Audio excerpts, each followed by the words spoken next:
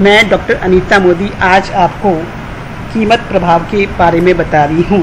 कीमत प्रभाव वस्तुओं को उपभोग में होने वाले उस परिवर्तन को प्रकट करता है जो दो वस्तुओं में से किसी एक वस्तु की कीमत में परिवर्तन के कारण होता है, जबकि हम ये मान के चलते हैं कि दूसरी वस्तु की कीमत तथा उपभोक्ता की आय स्थिर रहती है।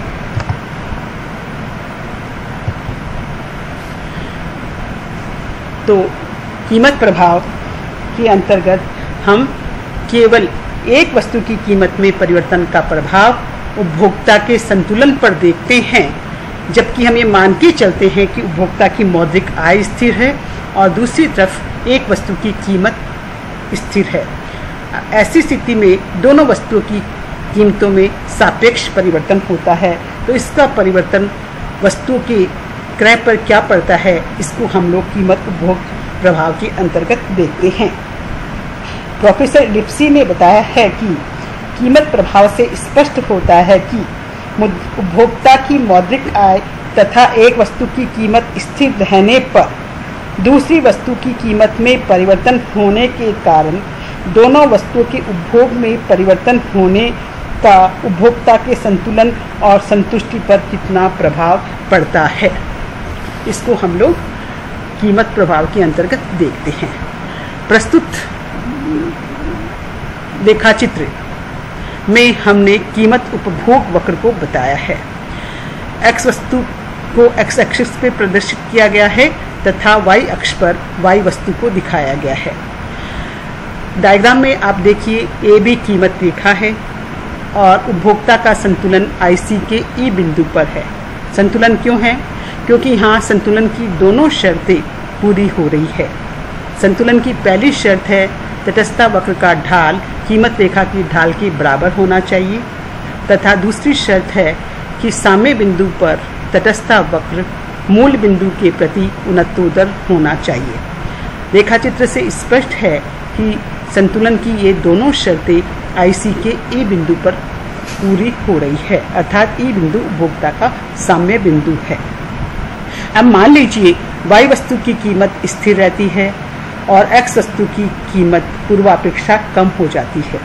ऐसी स्थिति में कीमत रेखा AB से विवर्तित होकर AB1 हो जाती है, जैसा कि रेखाचित्र में स्पष्ट दिखाई दे रहा है।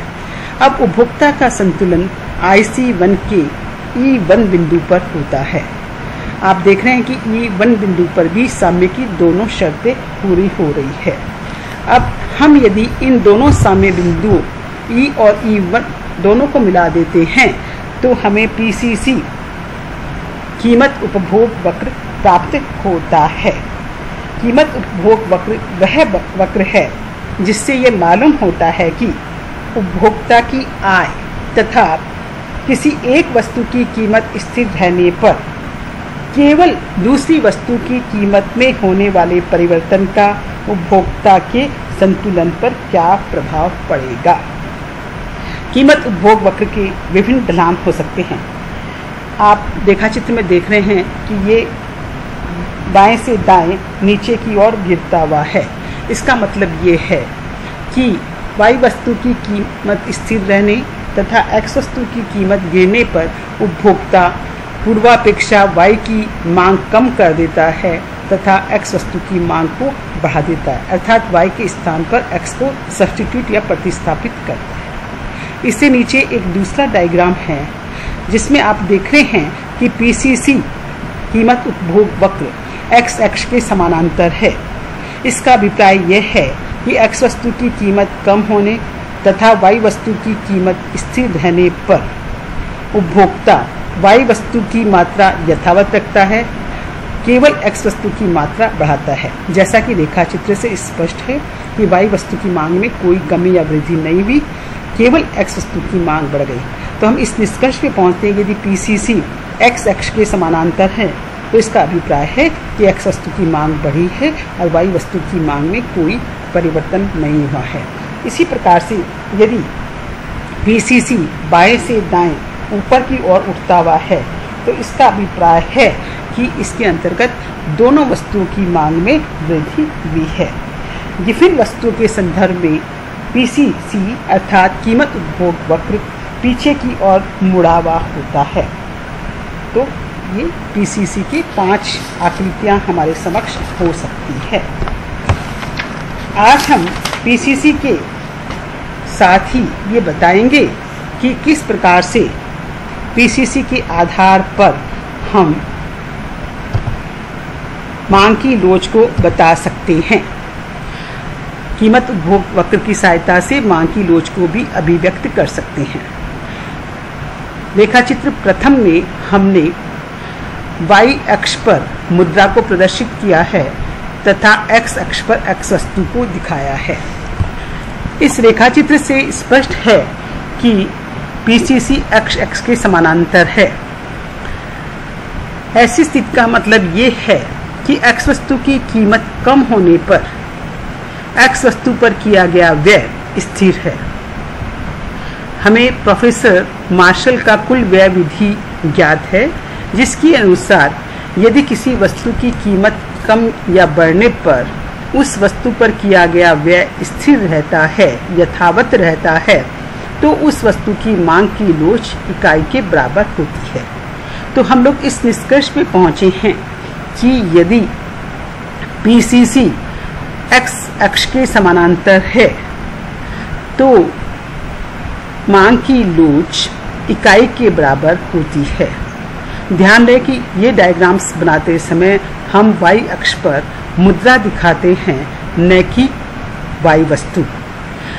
मुद्रा की ऊपर वाली मात्रा जहाँ से जो लाइन शुरू हो रही है उपभोक्ता खर्च करता है और नीचे वाली मात्रा का कॉम्बिनेशन अपने पास रखता है। रेखाचित्र 2 सेकंड में पीसीसी बाएं से दाएं ऊपर की ओर उठता हुआ है। इसमें देखिए पहले उपभोक्ता का संतुलन AB के E बिंदु पर है।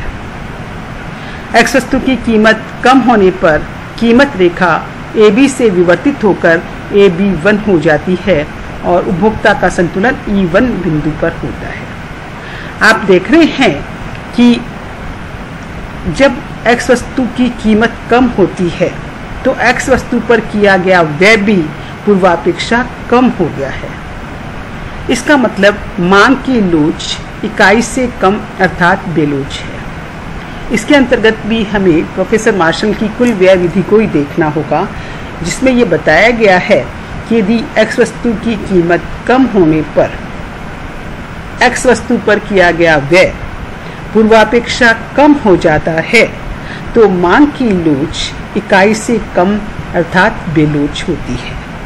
तो हम इस निष्कर्ष पे पहुंचे हैं कि यदि पीसीसी बाएं से दाएं ऊपर की ओर उठता हुआ हो तो मांग की लोच इकाई से कम अर्थात बेलोच होगी। तीसरे रेखाचित्र में हमने मांग की लोच इकाई से अधिक अर्थात लोचदार दिखाई है। प्रस्तुत रेखाचित्र में पीसीसी बाएं से दाएं नीचे की ओर गिरता हुआ है। इसका सीधा सा अभिप्राय ये है कि X वस्तु की कीमत कम होने पर X वस्तु पर किया गया व्यय पूर्वापेक्षा बढ़ जाता है। इसे भी प्रोफेसर मार्शल में देखा गया है कुल विधि में। यदि X वस्तु की कीमत कम होने पर X वस्तु पर किया गया व्यय पूर्वापेक्षा बढ़ जाता है तो X वस्तु की मांग की लोच इकाई से अधिक होगी। आप रेखाचित्र से स्पष्ट देख सकते हैं E बिंदु की अपेक्षा E1 बिंदु पर X वस्तु पर किया गया व्यय बढ़ गया है और उपभोक्ता अपने पास जो कॉम्बिनेशन है मुद्रा का वो पहले की अपेक्षा कम हो गया है। तो इस प्रकार से हम इस निष्कर्ष पे पहुंचे कि यदि पीसीसी X अक्ष के समानांतर है तो मांग की लोच इकाई के बराबर होगी। दूसरी तरफ यदि कीमत उपभोग वक्र बाएं से दाएं ऊपर की ओर उठता हुआ है तो मांग की लोच इकाई से कम अर्थात बेलोच होगी। इसी भांति यदि पीसीसी बाएं से दाएं नीचे की ओर गिरता हुआ है तो मांग की लोच लोचदार अर्थात इकाई से अधिक होगी।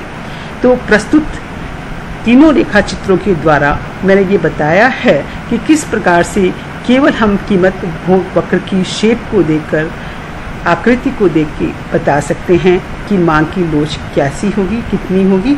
एग्जैक्ट नहीं बता सकते, केवल हम मार्शल के नियम के आधार पर ये बता सकते हैं इकाई से अधिक होगी, इकाई के बराबर होगी या इकाई से कम होगी। तो आज हम लोगों ने चर्चा की है कीमत उपभोग वक्र किसे कहते हैं और कीमत उपभोग वक्र के आधार पर हम मांग की लोच को किस प्रकार से जान सकते हैं। धन्यवाद।